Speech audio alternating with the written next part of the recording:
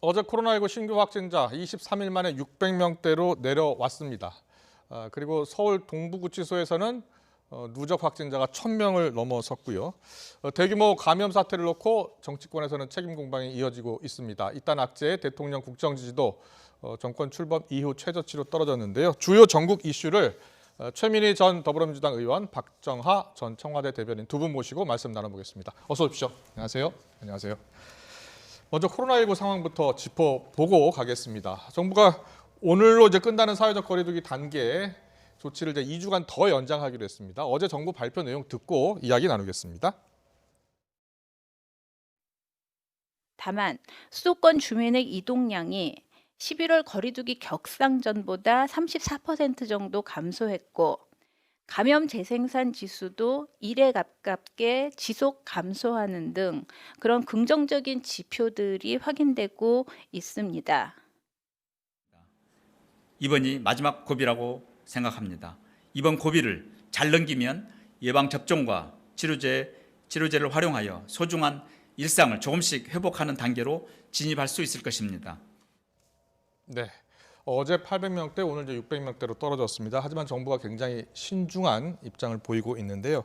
전체적으로 여러 가지 나온 지표들은 일단 떨어지고 있습니다. 아주 긍정적인 상황인데요. 먼저 최민희 전 의원님, 정부의 대책은 어떻다고 보십니까?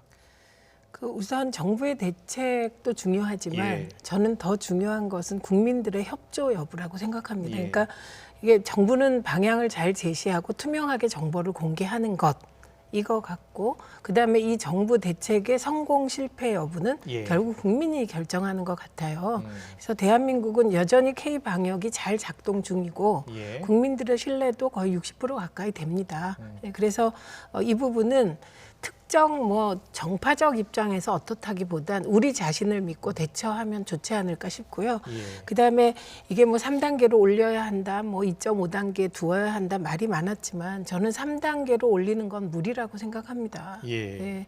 왜냐하면 국회가 이제 피해 보시는 분들에 대해서 대책을 마련하긴 했지만 그게 늘 피해 보는 순간보다 한 템포 느리잖아요. 예. 그런데 지금도 한 10만 명 가까이 가 피해를 보고 있는데 자영업자들께서 예. 근데 지금 3단계로 올리면 이게 훨씬 늘어나거든요. 그러면 대책은 10만 명 대책을 마련하는데 예. 피해자가 20만 명으로 늘어나면 또 10만 명의 고통이 따르기 때문에 저는 3단계로 올려라라고 하는 것은 방역의 측면만 본 거라고 생각합니다. 예. 그래서 이건 정부로서는 방역과 경제를 동시에 고려할 수밖에 없기 때문에 어쩔 수 없는 선택이었다고 보고 예. 그동안에 중요했던 게 지금 동부구치소에 1,000여 명 감염 얘기가 나오지만 그게 예. 선제적으로 전수조사한 결과예요. 네, 그러니까 이후에는 음성이었다가 양성화되는 숫자를 제외하면 그런 큰 위험 요인은 없고 좀 아까 YTN 보도 중에 왜 군에서 2명 확진자가 발생했다는 것도 예. 그것도 선제적인 예방 검사를 했다는 거잖아요. 예. 그래서 사실 확진율이 계속 떨어지고 있었기 때문에 네네. 불안해하기보다는 정부 대책이 방향이 옳기 때문에 우리를 믿고 코로나 방역만은 정파적 정쟁의 소재로 안 삼는 게 지금 중요한 것 같습니다. 예, 알겠습니다. 박정하 전 대변인은 어떻게 평가하세요? 정부가 지금 수도권은 2.5단계 그리고 그 외 지역은 2단계를 유지하기로 했거든요. 일부 전문가들은 좀 더 강화하는 게 좋지 않겠냐라고 하지만 정부 입장에서는 민생도 생각해야 된다 이런 것을 고려한 것 같습니다. 어떻게 평가하세요? 두 가지 상황을 다 고려할 수밖에 없는 정부의 입장은 예. 충분히 이해가 됩니다. 그리고 예. 지금 연휴 기간 동안에 그동안 오랫동안 한 1,000명 단위의 환자가 발생하다가 600명으로 네네. 떨어지면 그나마 다행인데요.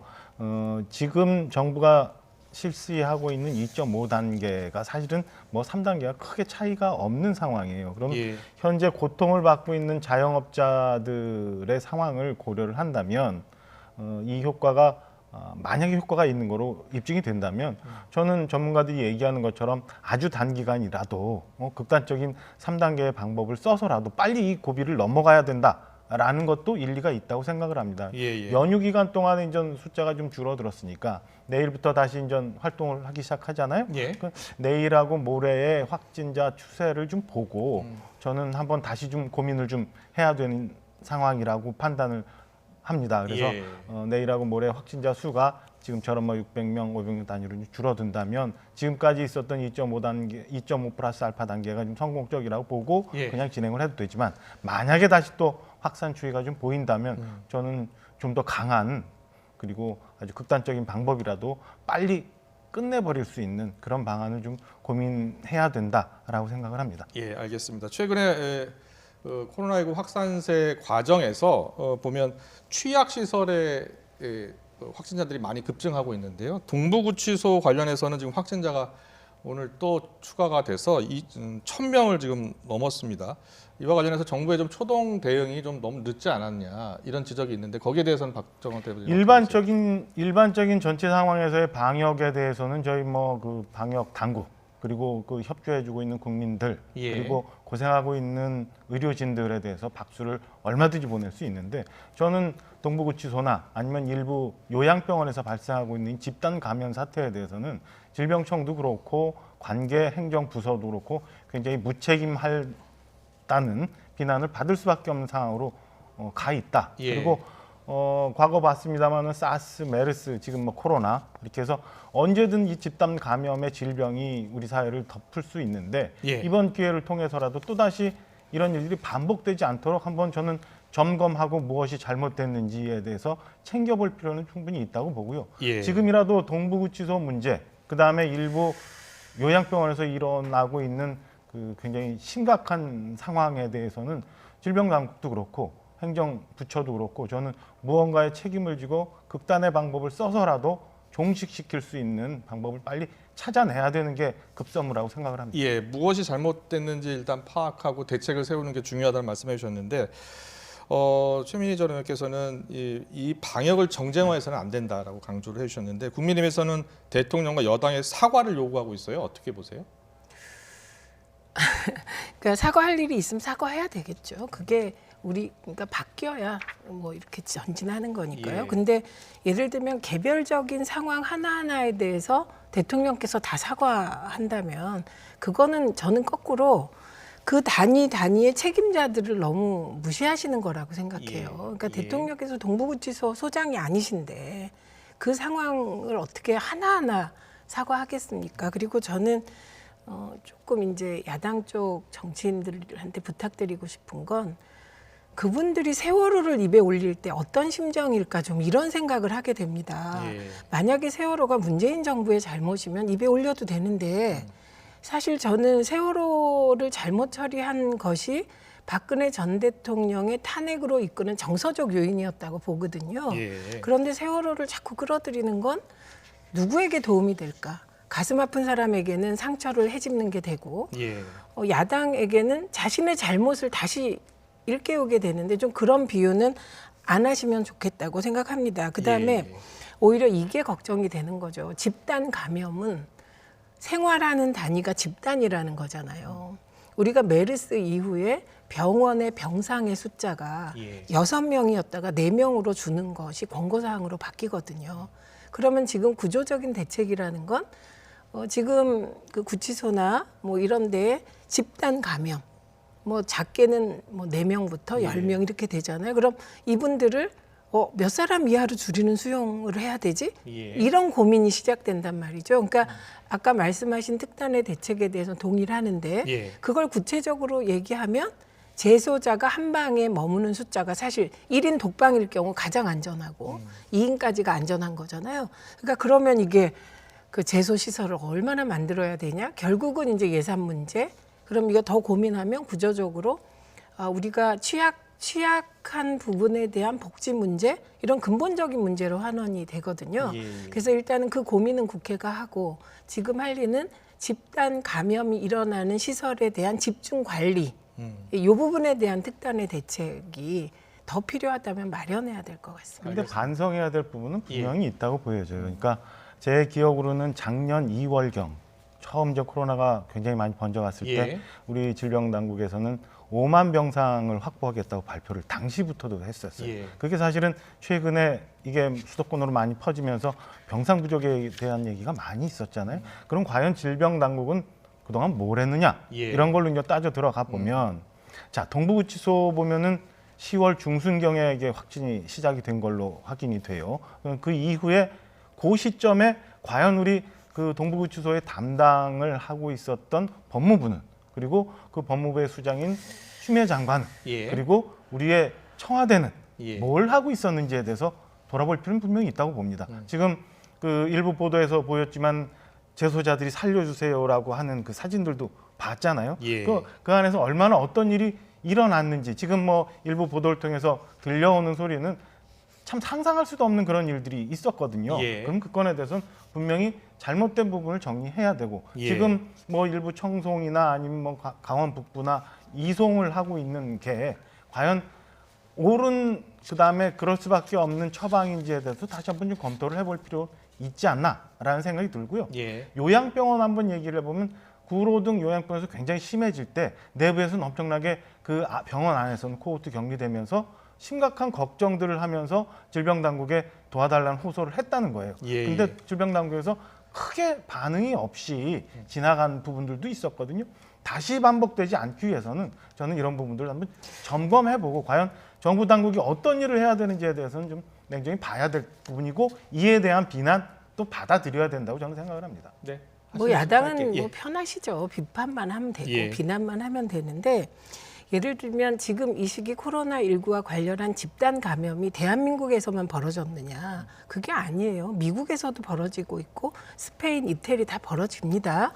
그런데 이에 대한 대응이, 그러면 대한민국만 유독 잘못하고 있을 때 비난하는 수위와 이게 다른 나라보다는 훨씬 잘하고 있으면 사실 전 격려도 필요한 거라고 생각합니다. 그리고 요양병원에 대해서는 몇 군데 요양병원에 확진이 됐을 때 선제적 검사를 다 했죠. 예. 그런데 정부 당국이 그러면 할 수 있는 부분이 얼마나 있나. 그래서 되게 지금 말씀하신 구로 요양병원의 예와 요구가 저는 좀 모호하게 느껴지는 게, 예. 정부가 할 수 있는 건 해주는 겁니다. 검사하고 뭐 그 의료적 대응 체계를 해주는 거고, 그 이후에 관리까지 정부가 사람을 파견해서 할 수는 없는 것이거든요. 예. 그래서 이럴 때일수록 각자 선 자리에서 자기 역할을 정확히 하는 게 중요하다, 이런 생각이고, 네.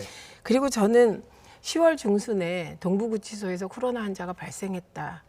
그리고 그 이후에 언론에 나오는 일부 선정주의적인 보도가 뭐가 도움이 되냐, 이렇게 말씀을 드리고 싶고요. 예. 그리고 뭐 필요하다면 조사해야 되겠고 이미 조사하고 있을 거라고 생각합니다. 근데 네. 이것을 예를 들면 제가 이거 가지고 자꾸 추미애 장관을 얘기하는 그 언론의 보도 사이에 논리적 단계의 간극이 너무 커서 어떤 장면이 떠올랐냐면, 참여정부 초기에 김두관 행정안전부 장관이 국회에서 탄핵되거든요. 예. 그때 이유가 뭐였냐면, 대학생들이 주한미군 그 삼각지 가서 시위를 해요. 그 시위를 왜 못 막았냐. 그래서 그 김두관 장관이 그때 국회에서 해임된 일이 있거든요.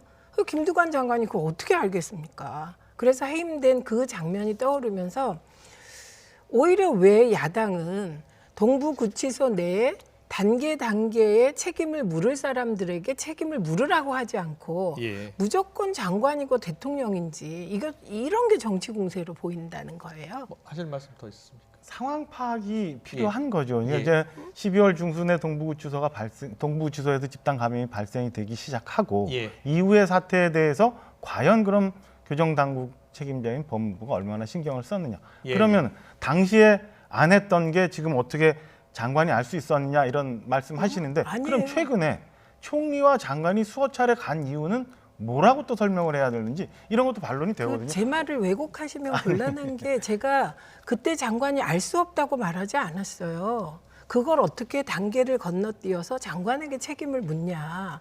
그리고 청와대에서 대통령께서는 굉장히 스타일이 섬세하셔서 예. 이 대책을 계속 지시하고 요구하셨다는 것이거든요. 그래서 비판을 좀 정확하게 하고 팩트를 근거로 하자는 말씀을 드리는 게, 그래야 고칠 수 있잖아요. 예, 알겠습니다. 두 분 모두 앞으로가 중요하다는 얘기를 두 분 다 하신 것으로 이렇게 정리를 하겠습니다. 주제를 잠깐 바꿔서요, 정치권 이슈 좀 더 짚어보겠습니다.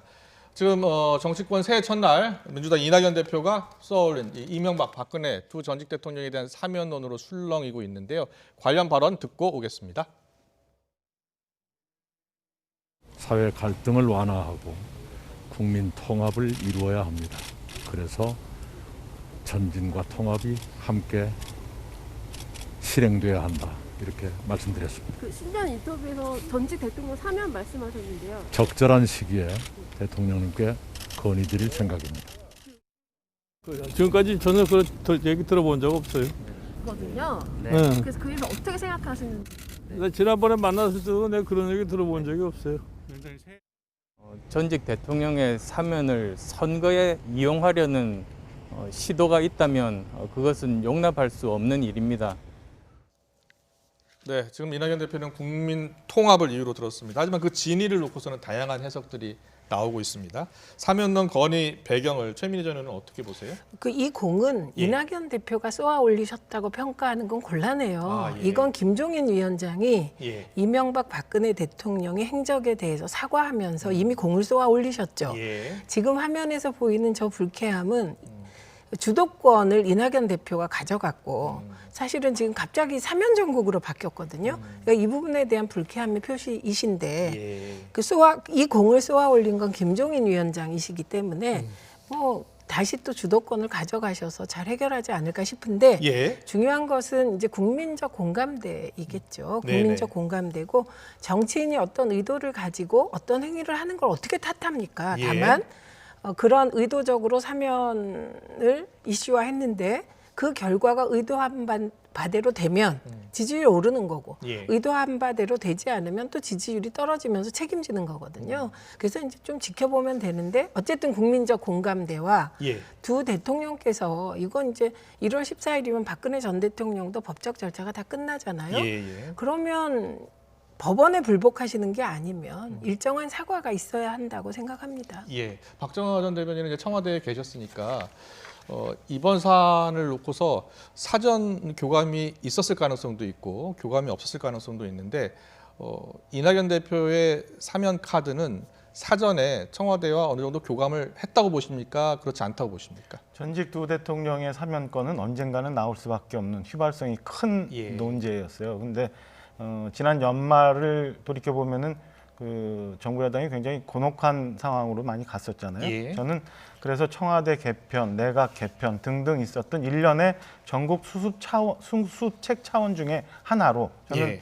청와대 대통령과 일정한 교감 하에 이낙연 대표가 국민 여론을 확인하기 위해서 먼저 띄웠던 카드라고 해석을 합니다. 그래서 예. 지금 뭐 오늘도 최고위원 회의에서 국민 여론과 당원 뜻을 좀 더 수렴하자라는 결론이 난 걸로 보여지는데요. 저는 일정 기간 동안에 국민 여론 추이를 보고 아마 대통령이 직접적으로 언급을 하거나 아니면 좀 더 시간을 두거나 이렇게 갈 거라고 예상을 합니다. 네, 일단 여당 내에서는 어느 정도 정리가 된 것 같은데요. 국민적인 공감대가 중요하다라는 반응이에요. 네, 우선 당원들이 반대하고 있죠. 물론 뭐 전당원이 그런 건 아니고 적극적인 지지층이 반발하고 있기 때문에 이것을 저는 선거용으로 쓸 수 있을까 늘 이렇게 생각합니다. 그래서 예. 오늘 이제 최고위원회에서 정리한 것처럼 예. 국민적 공감대 그리고 1월 14일 이후에 그리고 1월 14일 이전엔 대통령께서 언급을 못 하실 것 같고요. 예. 1월 14일 이후에 그 당시의 여론과 뭐 추이와 이런 걸 보지 않겠습니까? 근데 그런 면에서 저는 예. 민주당과 청와대가 여러 가지 국정 혼란 속에 이게 지금 급격히 사면 논의로 전국이 들어가잖아요. 그래서 not bad한 카드를 던져놨다라고 생각을 합니다. 네, 알겠습니다. 오늘 정치권 이슈는 여기까지 드려야 할 것 같습니다. 최민희 전 더불어민주당 의원, 박정화 전 청와대 대변인이었습니다. 잘 들었습니다.